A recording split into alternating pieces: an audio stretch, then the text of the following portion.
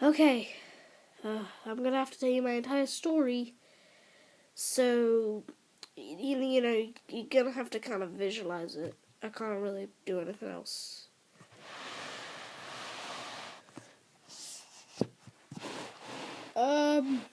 You can. Your body has a built-in projector.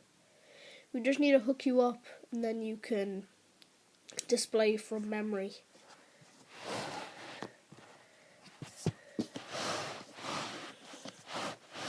Huh, neat. And without further ado, here's my story. Transition effect. Yep, that was me back then.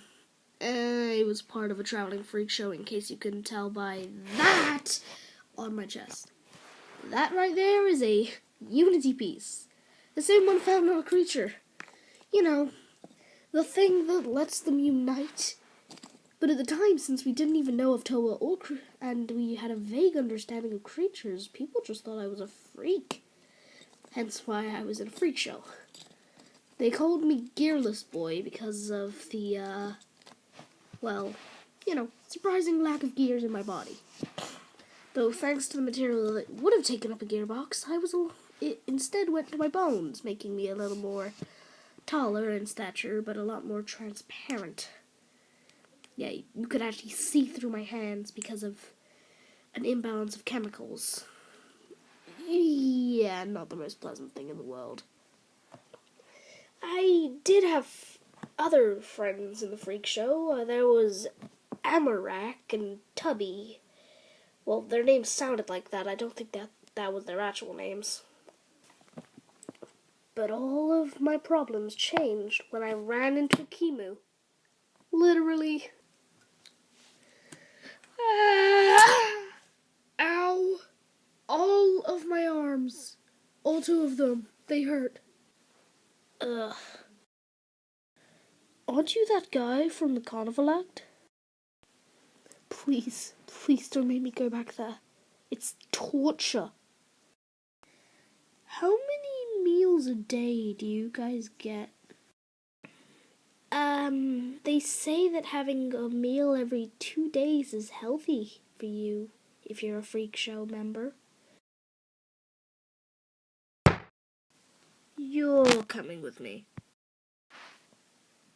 That's the point where Akimu started teaching me how to read, write, and build properly. And in return, I would show him the kind of things I could create. Check it out, man. This is what I came up with in a fortnight. Pretty creative, huh? I mean, it's basically just a mech, but I personally think that it is one of the best things I've built, considering I basically was just messing around and I accidentally created this thing. It's amazing considering that we only built this technology about 10 years ago, and you have been, from what I understand, you've been in a circus all your life and you wouldn't know anything, and yet somehow you built that. I just gave you the materials and you just built that. You truly are amazing. Can you try making something with a battery? Ikimu? The battery life, it kind of ran out. Could you get a charger? Well, I did what you said. And, last fortnight. I did what you said, and now I've come up with this thing. It's the same model as the other one, but I just swapped out all of the mech-related parts for a, remote-controlled and battery function. So it can actually last for about 10 hours without actually dying. It's only been running for about 9.59 of those, so I have about a minute worth of battery life left. Once again, impressive. Have you got any other ideas? Maybe not related to mechs? Well, first of all, the mech just died, and second of all, I was actually going to make a mech with a battery. So, can I do that? Where I can actually pilot it, and it has an infinite core, so it doesn't burn out? No. You're not. You're not going to do that. Trust me, every Okotan that's tried this has met the same fate. They die. If you want to end up like the rest, just don't. Just don't. Just don't. Please, don't.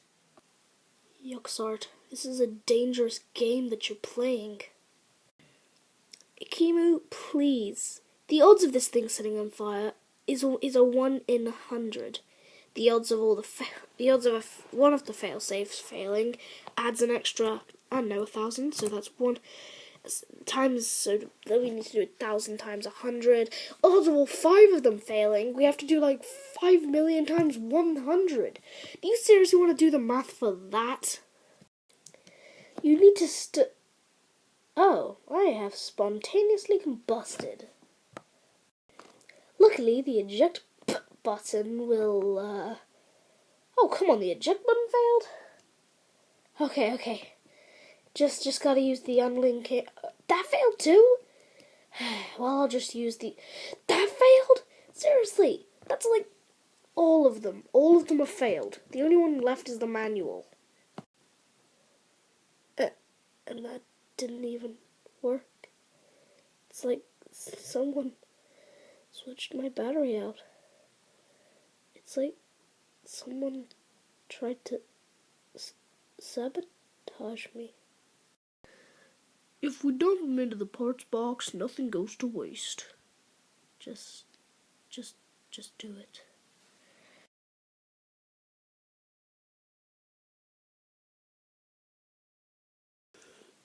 You'd think my story ended there, with just being absorbed into the parts box and starting life anew.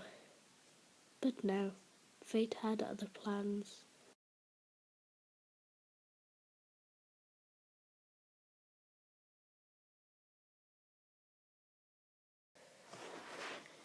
At this point in time, I looked a bit like this. Because of the parts box's exposure and the melting, it had actually caused my body and the mech to become melted together, and certain bones got elongated, moved around. It's not pretty is what I'm trying to say.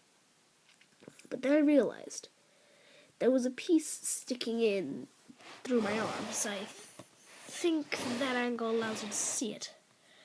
It's in the center. That's all I can say. In the center of from this projection is the bit keeping me alive. I could actually unlink and build that was my life support machine, basically. Do you know what a man can do if he has one functioning arm that's remote controlled and life support so he can't die? Stuff can happen. Sooner or later, I had refined the bit keeping me alive, and that's how I got the appearance that I have now. But as for,